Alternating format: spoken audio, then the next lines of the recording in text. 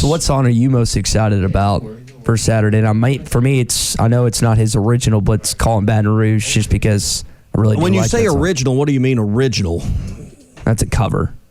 Well, I understand what a cover is, but I don't know of anyone else that ever sang Call in Baton Rouge. Maybe there's someone, he didn't write every song, but most writers don't. But, he's the one that made that song famous. So, there's artists that have made songs famous, but it wasn't their original. Like Tennessee Whiskey would be a good example right now. George Jones sang that way back when. As far as Garth, probably, The Dance is going to be really popular.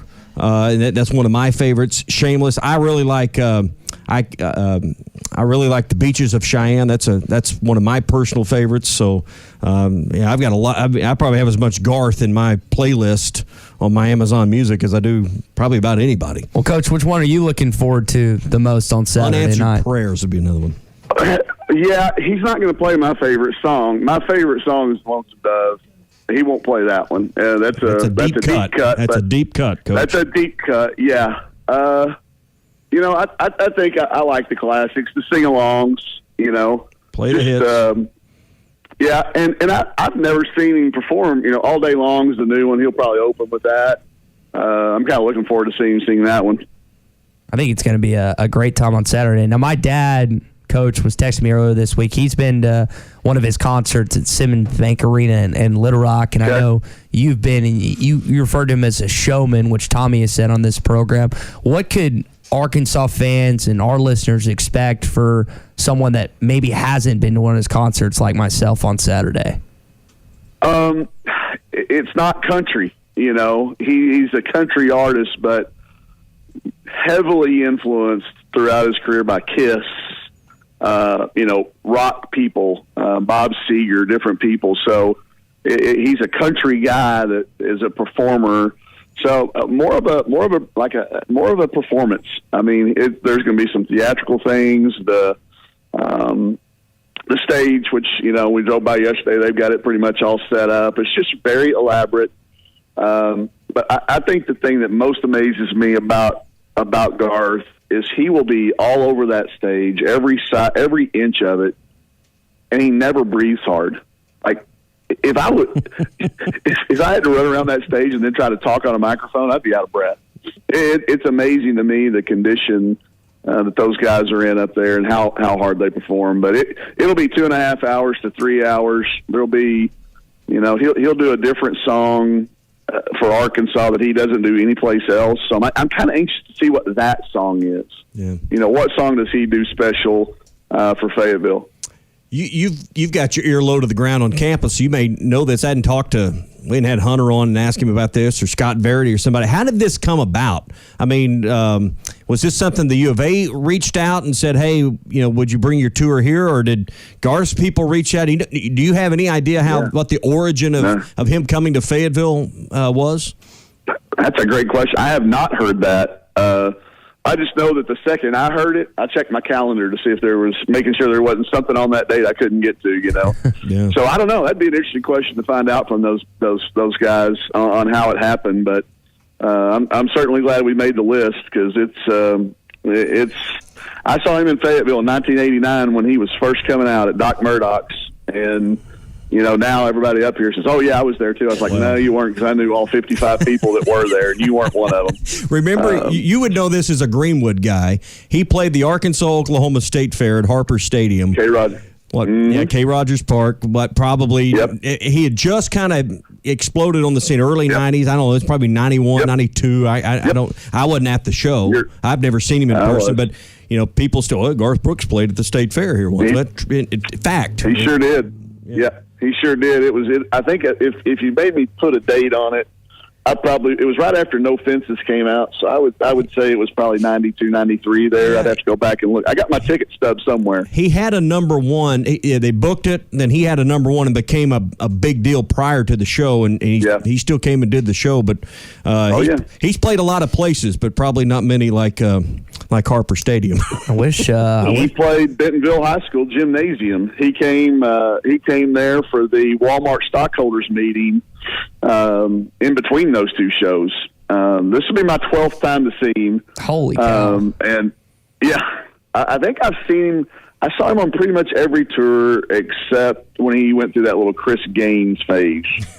I was a little out on that little part of it, so I didn't see that little time frame. But he's played. You know, he's one of these guys that'll walk into a place on Broadway down in Nashville and just ask if he can get up on stage. So he's.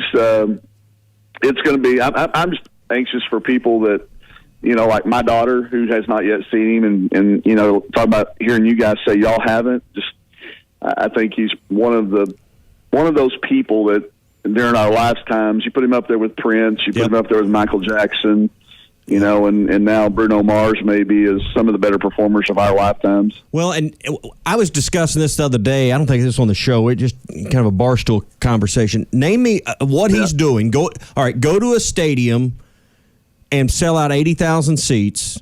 Who's on that list that can do that right now? Who in any genre? Any genre can go on a tour and do it in multiple cities. Who else could do what Garth is doing 10 times around the country right now, selling out football stadiums? Not in the speed that he does either, and the demand and keep the demand. Guns N' Roses tour when they've been gone for so long, kind of a little bit like Garth, but I don't know, Tom. I think you're probably right. He's probably it right now. It's a very short list of people that could do what he. Yeah. I just don't. I don't even know who else I would. Some have said Paul McCartney. Maybe it's a risk. These artists, I think he's a little too older for that. The younger crowd wouldn't be as all in on it as Garth reaches all the demographics. But it's a risk. These artists say, well, if these artists could do it, guess what? They'd be doing it because the more seats, the more money, and they're not doing it because they're not 100% certain they could sell it out. He always too is very intentional. Like he could sell out 5 or 10 shows each of these places. He really could, but he keeps it very regional. He keeps it. He keeps it a little bit exclusive. He's always created a demand. So now, when I was coming on, did I hear you say that "Calling Baton Rouge" you think is a Garth song? No, it's an original. It's an original. Or sorry, not original. It's a cover, like you said. Who sang it before? Yeah. I mean, most artists don't write their own stuff, but who sang it first?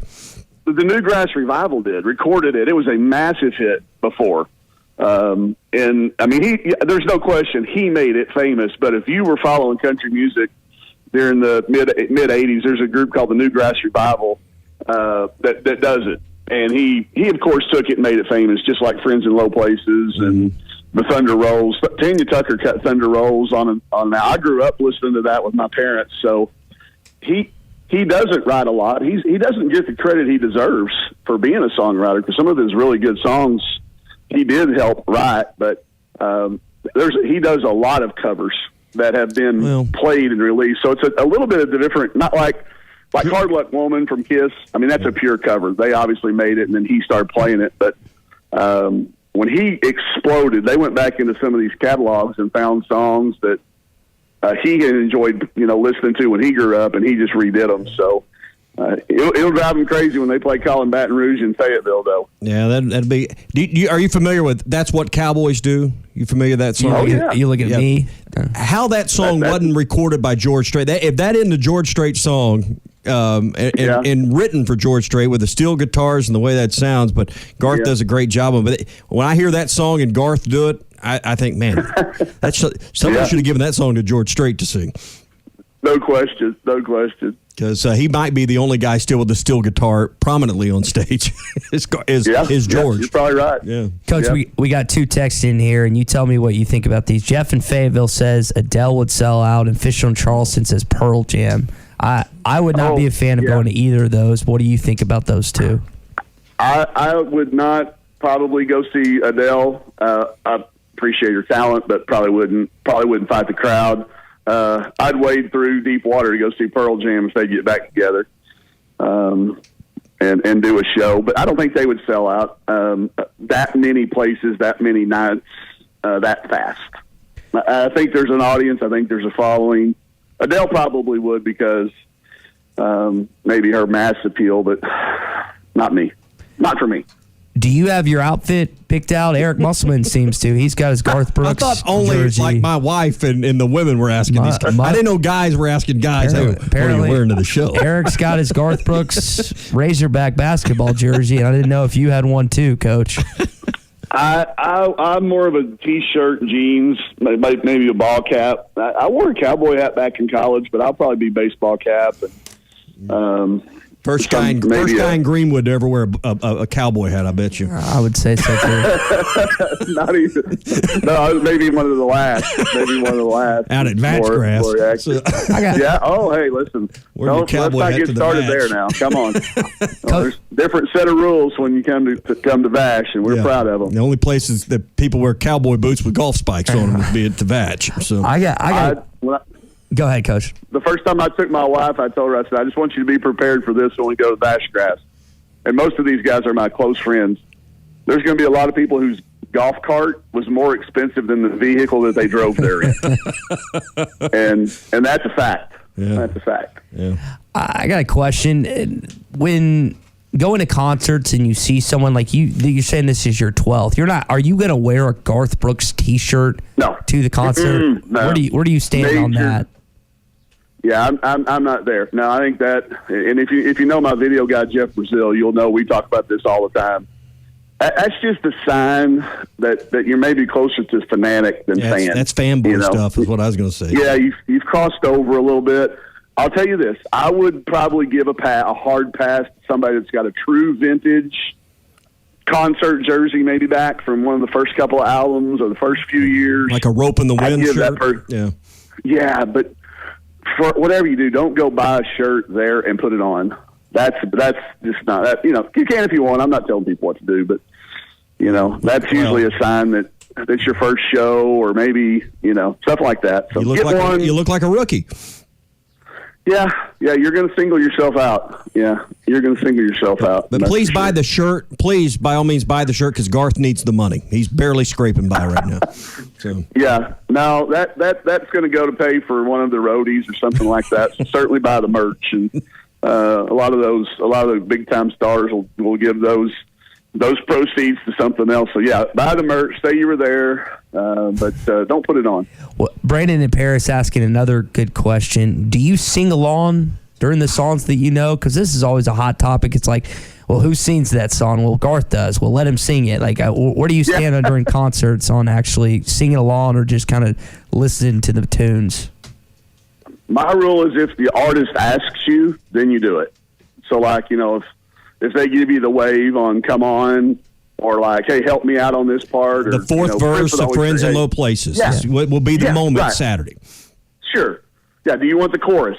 Prince would always say that. You guys want the chorus? Yeah. And that when the artist does, but don't. Not every song. I'm not going to tell you I'm not guilty of doing it from time to time. There's obviously times I have, but I'd prefer, like you said, let's listen to that person we just brought in, do their version. Yeah. So let me exclude the young guys. I'm going to get an eye roll with this question. Us old guys will come over here and talk for a second. One of Garth's heavy influences was James Taylor, who's he's noted many times, Hall of Famer, all these things, and he's coming to the Amp in July. One of my favorites. Where do you stand with James Taylor, who was a heavy influence? You're a worldly man knowing great music. I'd love to know your opinion on JT's selection, the original JT selections. Yeah. I'm a fan of his guitar playing. He's kind of got a real unique finger style play. You can hear it in some of Garth's songs. And you definitely hear the influence. I appreciate his talent. I'll tell you this, I don't have very many songs, just, like deep cut songs. I've got the hits. Mine's probably the essential James Taylor type stuff, but I would tell you I'm respectful, but probably not a fan, All right. That was my one selfish question here. I wanted to ask. No, he's good. Now listen, you can certainly, when Garth did his little residency there in Vegas, you could certainly, he would do 4 or 5 different songs of James Taylor's into a little medley. So, he's known to bring some people out, that haven't, like in Nashville the last week, a friend of mine was there and he said that he had gone to the Opry and had several people that were playing at the Opry that night come out. So, Yeah, it was like Grand Ole Opry for the first hour. They said bunch of the guys. Yeah. He'll do some covers. I mean, he'll do some pure covers. I kind of hope Trish is there. I'm a big fan of Walk Away Joe. Sometimes they play that one. So I don't know. We'll see who we get. So how does this resonate with your team? Is many on your team going? Is this too big an event to pass up?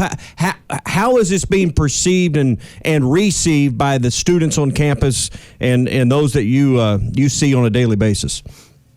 Split right down the middle when I ask them. It was like when I said it, people's eyes lit up and people look kind of scrunched their nose up, like, huh? So I did try to appeal to the people that did not want to go and say, man, this is probably one of those things later in life you're going to wish and you're probably going to tell people you did go and you really didn't. So find a way to go if you can.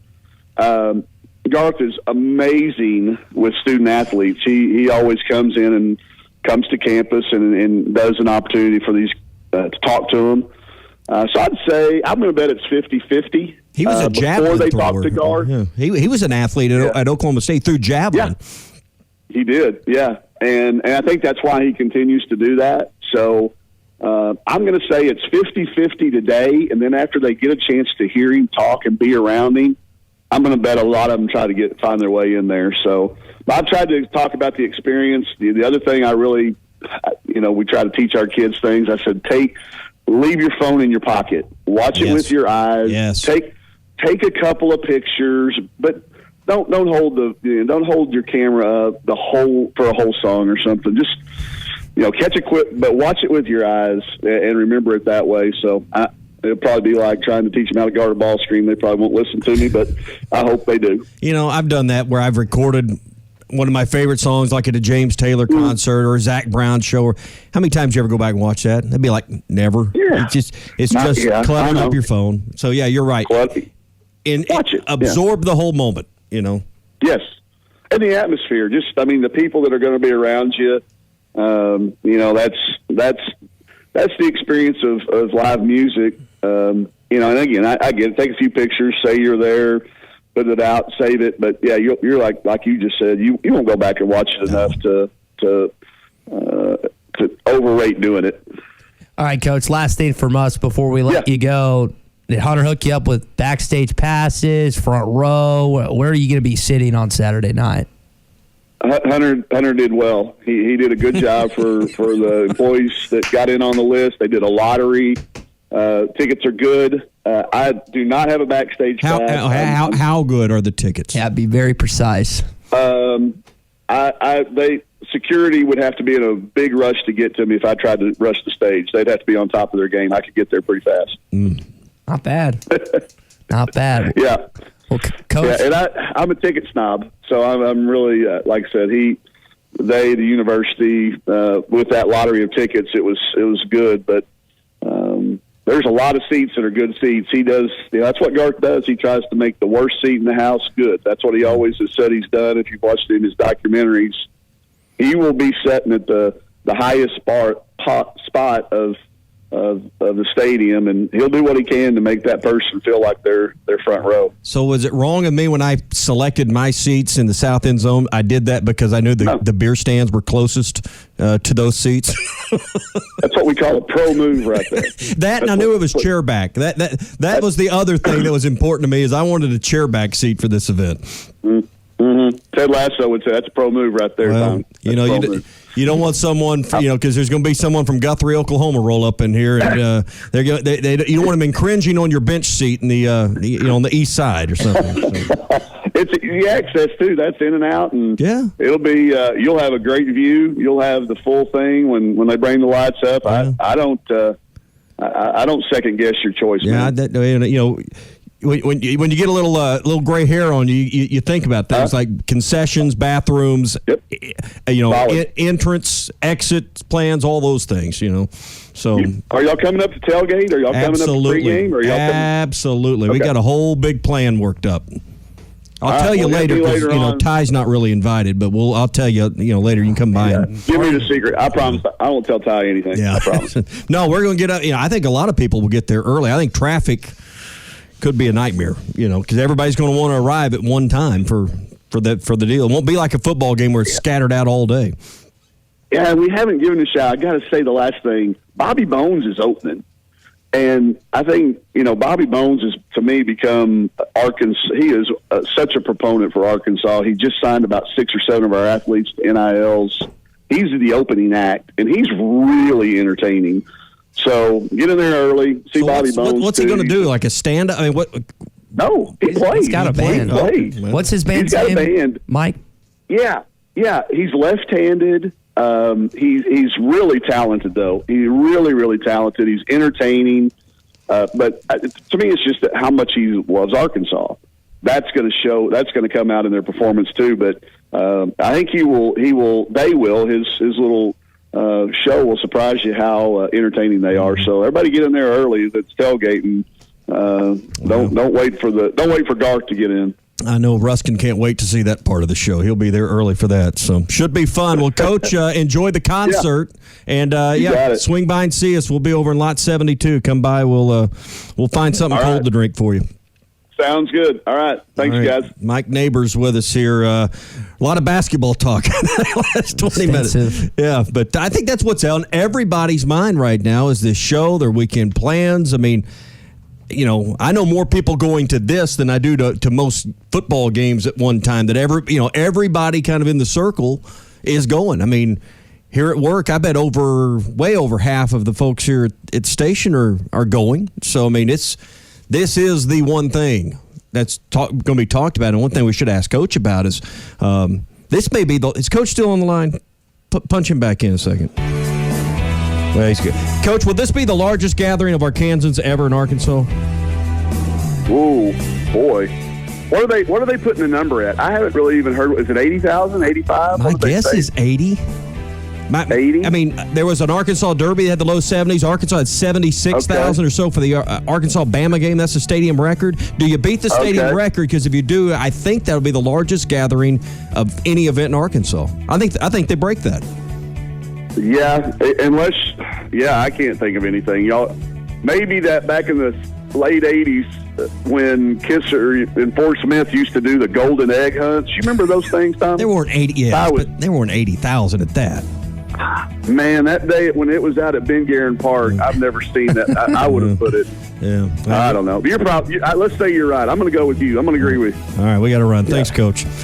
I think it's going to be a historic crowd Saturday night. Could be a lot of fun. Is your number one source for all your betting needs, sports info, and odds. Find all the latest sports developments, including this week's odds for the Masters Championship and the start of Major League Baseball season. BetOnline is your continued source for all your sporting wagering needs, including live betting and your favorite Vegas casino and poker games. It's super easy to get started, so join today. Learn why everyone is saying BetOnline is the fastest and easiest way to wager on popular sports and games. Bet online, where the game starts.